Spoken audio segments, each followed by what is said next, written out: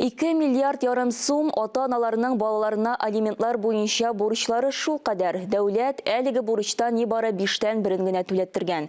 Татарстан иҗтимагый палатасында суд приставларына бу проблеманы ничек хәл итәргә кирәклеге турында сөйләштеләр.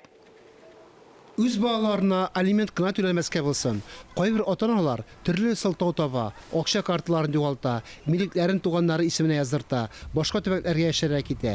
Иҗтимагый палатада андыйларга карата таләпләрне катгыландырырга, чит илгә чыгуны тыю, карталарын эзүдән тыш машина йөртү хокукында шикләргә тәкъдим итәләр. Вендетту устраивают там из...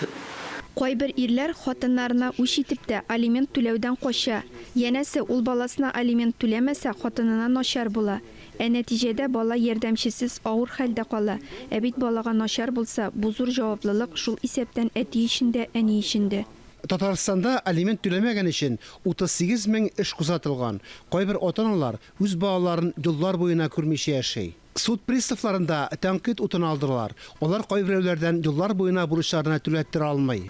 2021 ел өчен бурычлардан кайтарылган сумма 450 миллион сум.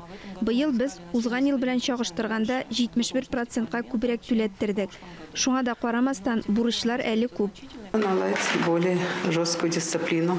Суд приставлары хезмәтенең катгыйрак дисциплинасын җайга салырга кирәк. Бурычлар буенча бер генә эштә читтә калмасын, үз вакытында хәл ителсен иде.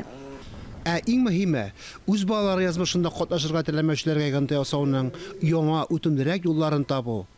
Фарис Мөхәммәтов, Инна Данилова, Ира Хәмидуллин, Татарстан яңалыклары.